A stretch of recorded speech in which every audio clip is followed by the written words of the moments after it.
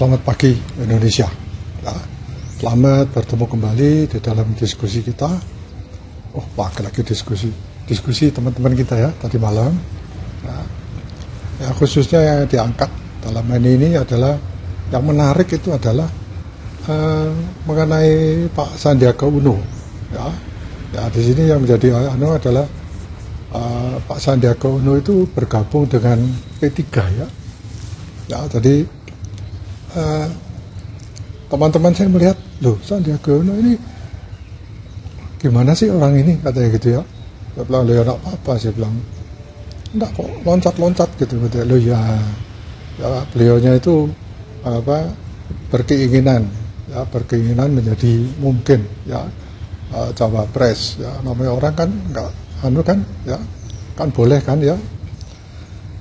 Nah, pertama yang kita pikirkan, yang kita diskusikan, teman saya kan mengatakan, loh ya Pak Sandiaga itu kan masuk radar artinya masuk PDI Perjuangan ya. Jadi sebagai cawapres ya, cawapres Pak Ganjar Pranowo ya. Loh tapi teman saya mengatakan, loh tapi kan sebelumnya kan dia kan sudah mengatakan ingin menggabung dengan P3 gitu ya. Terus kelihatannya harapannya dia akan dicalonkan sebagai cawapres melalui P3. Iya. Ya saya katakan, ya teman saya mengatakan, loh kenapa? Kan tidak masalah kan gitu ya. Kemudian kita pernah membahas ya, pada postingan yang lalu, pada waktu itu bukan membandingkan ya. Ada dua cawapres milenial waktu itu ya yang kita diskusikan. Coba Anda lihat di postingan ya. Nanti mungkin akan saya cantumkan di sini ya. Itu bagaimana Agus Harimurti Yudhoyono dan Sandiaga Uno itu kita bandingkan ya, dari kelompok kita itu membandingkan pada waktu itu ya.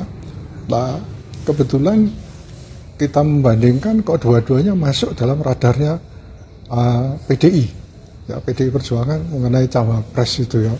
Ya kamu harus bangga dong, saya berkata, gitu ya. Wah, gitu ya. Kemudian ya coba Anda cek ya, lihat ya, postingan kita itu mengenai AHY dan Sandiaga Uno, itu kita bandingkan ya. Terus ada salah satu mengatakan, sepertinya kemarin dia memberikan pernyataan, saya ingin berjuang lagi dengan PKS gitu ya. Terus kemudian teman saya mengatakan, dia menginginkan itu jadi cawapresnya Anies ya. Karena dulu kan pernah dia jadi wakil gubernur, pada waktu itu wakil gubernurnya Pak Anies gitu ya. Ya meskipun cuma 10 bulan kemudian dia mencalonkan jadi presiden, ya itu perlu kita tahu juga. Ya, dia kan dulu calon wakil presidennya Pak Prabowo ya. Jadi kalau dia sekarang mau maju lagi misalnya, dia kan mencari tempat yang tepat gitu ya. Jadi ya saya tidak tahu penilaian Anda ya. Dia kemarin kan dia mau berkeinginan bergabung dengan P3 ya, tapi bingung ya, yang nggak daftar gitu ya. P3 pun menjaga ya, jadi artinya menjaga jangan sampai terjadi salah paham ya. Sehingga pada waktu itu dia tahu-tahu keluar pernyataannya dia akan bergabung dengan PKS ya. Nah kemudian ya saya katakan pernah sukses ya waktu berpasangan dengan Pak Anies ya, makanya dia pikir, wah ini kalau saya masuk di koalisi itu ya, jadi PKS yang di koalisi perubahan untuk pembangunan lupa saya. Yang saya tahu perubahan ya. Pak Sandiaga Uno ini kan sekarang jadi menteri dia menteri pariwisata dan ekonomi kreatif ya, atau kepala badan pariwisata dan ekonomi kreatif ya. Ya itu jabatannya dia ya. Ya itu sedikit mengenai Pak Sandiaga Uno. Nah, terus ada yang teman, loh ini kok orang ini loncat-loncat ke sana kemari ya. Kemudian saya katakan ya, kita ada beberapa yang mengatakan pada waktu dia mengatakan akan gabung dengan P3 itu sudah tepat ya. Kenapa? Ya ternyata dia masuk dalam radarnya, artinya di dalam calon-calon wakil presiden yang akan dipilih oleh PDI Perjuangan gitu ya. Ya, cuman dia rupanya agak ragu-ragu gitu ya. Nah, sekarang dia sudah resmi bergabung dengan menjadi kader Partai Persatuan Pembangunan ya, P3, yang ditandai dengan penyerahan kartu tanda anggota KTA ya, dan pemakaian jas hijau di kantor DPP P3 Menteng ya.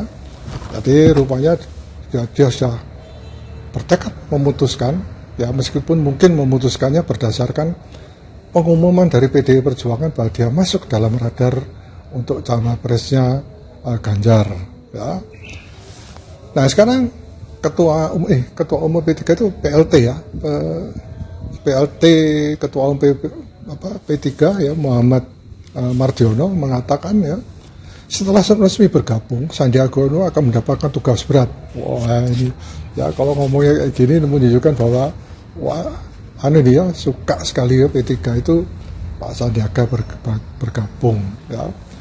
Dalam Rapimnas ya, di samping juga akan membahas berbagai kesiapan dalam rangka menghadapi pemilu yang sudah dimulai dengan tahapannya, tapi juga akan membahas dengan bergabungnya Pak Sandiaga ya menjadi keluarga besar P3 ya.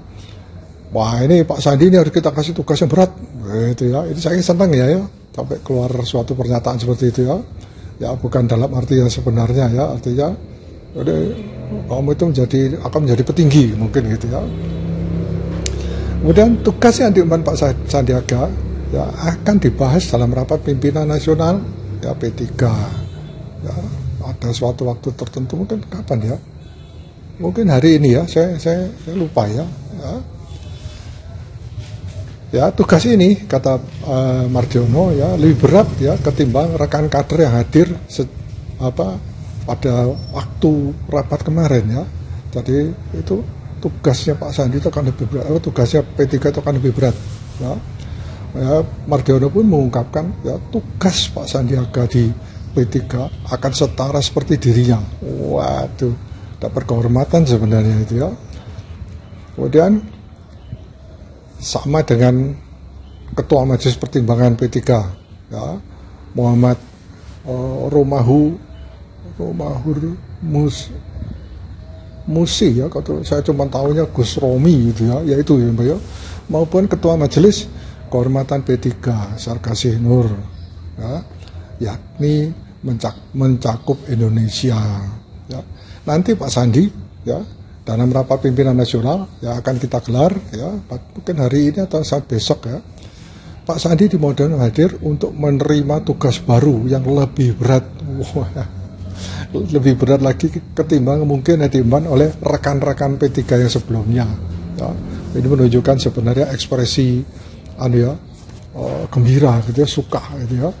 Oh, ini bergabung, ini orang penting ini ya. Kalau rekan yang nyalon itu tugasnya paling berat ya, di dapil ya, daerah pilihan ya. Kalau saya, Pak Sandi, Gus Romi, Pak Sarkasih Nur itu tugas untuk semuanya jadi diborong semuanya gitu ya. Kita memikul beban berat untuk Indonesia. Nah, bagus ya. Mardiono kemudian bertanya pada Sandiaga Uno yang duduk di samping Sekjen P3 ya, Pak siapa itu, Arwani itu Mafi, bener ya, atas kesiapannya Pak. Ditanya Pak Sandi sanggup nggak? Oh, itu ya, katakan Pak Sandi akan jawabnya siap. Wah, dah cocok ya. Ya, seperti diketahui Sandiaga ini resmi bergabung dengan Partai Persatuan Pembangunan ya. Bergabungnya Pak Sandiaga ini ditandangi dengan tadi saya katakan dengan penyerahan kartu tanda anggota ya, dan dipakai jaket hijau ya. Mudah-mudahan saya dapatkan itu ya gambarnya fotonya tentang Pak Sandiaga yang memakai jas hijau. Wah, P3 ya. Kemudian di dalam KTA-nya itu ditulis ya, ada tulis ini, ada nomornya ini ya. Wah, dengan nomor registrasi 3171.01 28061909.01.0. Ini kok seperti NIP saya ya. Jadi ada tanggal lahir ya, kemudian ada Iya ya, persis tipnya anu ya, ASN ini ya. Wah, mungkin itu dibikin seperti itu ya. Ya, ini kelihatannya kelahirannya Pak Sandiaga ini 28 bulan 6 1969. Ya. Di kartu itu tertera nama lengkap, ya, tanggal lahir hingga tempat tinggal Pak Sandiaga. Tidak hanya itu, ya, ex kader Partai Gerindra ini ya Pak Sandiaga juga disematkan seragam hijau. Wah, hebat ini, ya. Resmi warna hijau khas partai berlambang Ka'bah tersebut. Ya. Nah ini komentar. Ada yang berkomentar, ya, yang mengomentari itu adalah saya kebetulan mengikuti, acara apa itu ya? Lupa saya itu ya. Sekali lagi saya lupa itu TV One apa Kompas ya, saya lupa ya. Dia ada direktur eksekutif Indikator Politik Indonesia, ya, Burhanuddin Muhtadi, ya. Ya tanggapannya terkait dengan peluang Sandiaga Uno sebagai cawapres Ganjar Pranowo. Wah ini ampuh ini ya. Tapi ya saya kira mungkin ya lebih bagus ini ya, daripada nanti AHY yang jadi nanti dianggap pelakor gitu ya sama siapa itu Pak Bestari gitu ya. Wah, enggak enak gitu ya. Jadi ya lebih Pak Sandiaga aja gitu menurut saya gitu ya.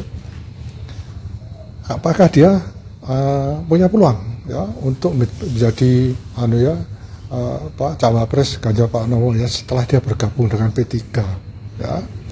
Jadi P3 Partai Persatuan Pembangunan itu ya boleh dia kan mengusulkan ya. Ya Burhanuddin bergabungnya Sandi ke P3 memberikan keuntungan ya baik buat P3 maupun PDI Perjuangan.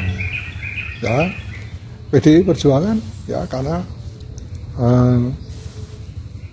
P3 kan koalisi dari PDI. Bentar ya. Apa ya? Kalau nggak salah koalisi ya, aduh saya tidak pelajari, teman-teman juga tidak berikan informasi ya.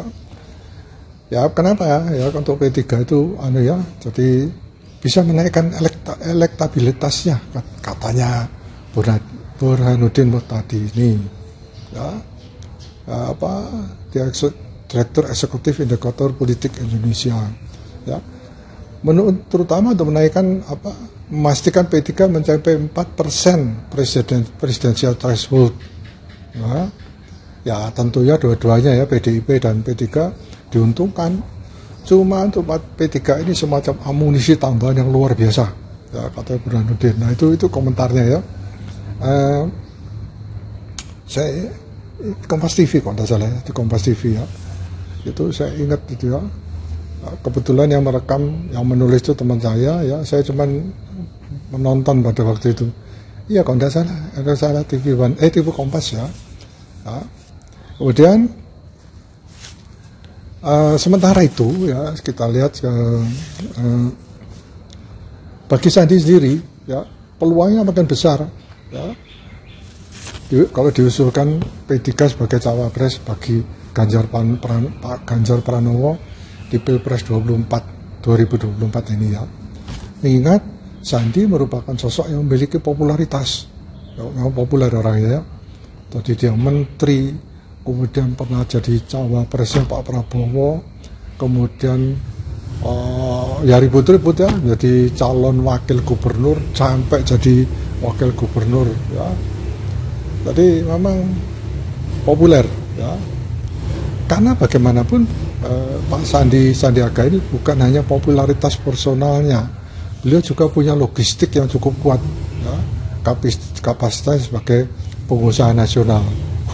Ini komentar dari duitnya ini gitu ya, tapi nggak tahu ya, nggak apa-apa ya, itu mungkin karena memang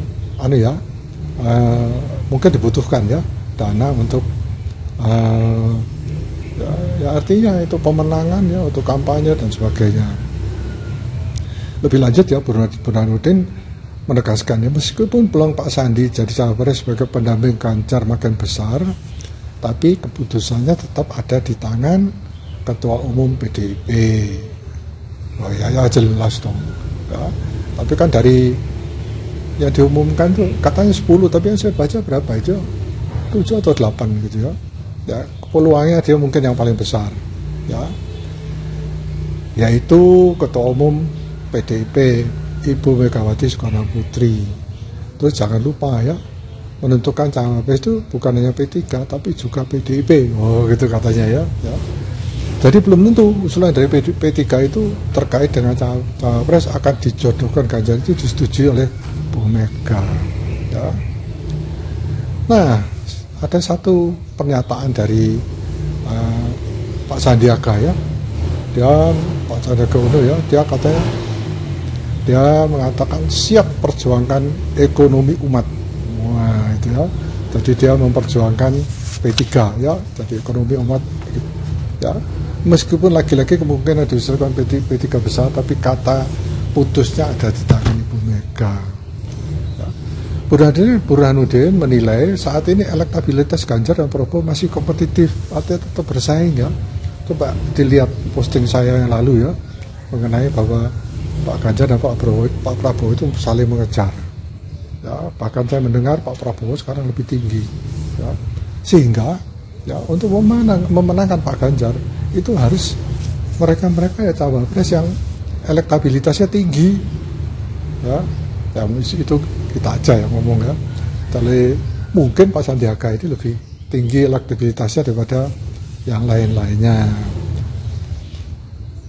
Jadi tadi katakannya elektabilitas Ganjar masih kompetitif dengan Prabowo ya. Artinya tidak ada yang dominan antar dua calon ini ya.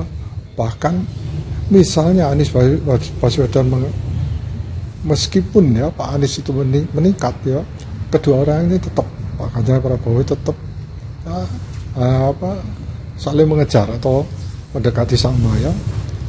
Nah mungkin ya kemungkinan ya yang kita pikirkan Ibu Mega ya mencari pendamping Pak Ganjar yang dinilai mempunyai kekuatan elektoral yang besar pasti gitu ya. Jadi ini yang kita lihat bagaimana pengaruhnya bergabungnya Pak Sandiaga Uno ini di P3 ya. Nah, nanti semalam teman-teman sudah mengatakan ayo kita bahas bagaimana tentang kemarin kan sudah track record itu bahasa Indonesia apa itu, rekam jejak. Nah, kan sudah Pak Prabowo sudah kan. Nah karena ini Pak Sandiaga ini boleh dikatakan berperan ya sebagai cawapres calon wakil presiden PDIP. Ayo kita cari track recordnya. Ya, saya katakan track record itu penting. Karena apa? Ya tadi ya, elektabilitas bisa tinggi ya karena dia lebih dikenal ya, karena dia pernah menjadi cawapres ya, karena dia pernah. Nah itu nanti teman-teman akan mencoba mencari datanya ya. Saya kira itu ya untuk diskusi kita pagi ini ya. Semoga kita sehat semuanya. Selamat pagi Indonesia ya. Jangan lupa sukseskan pemilu 2024.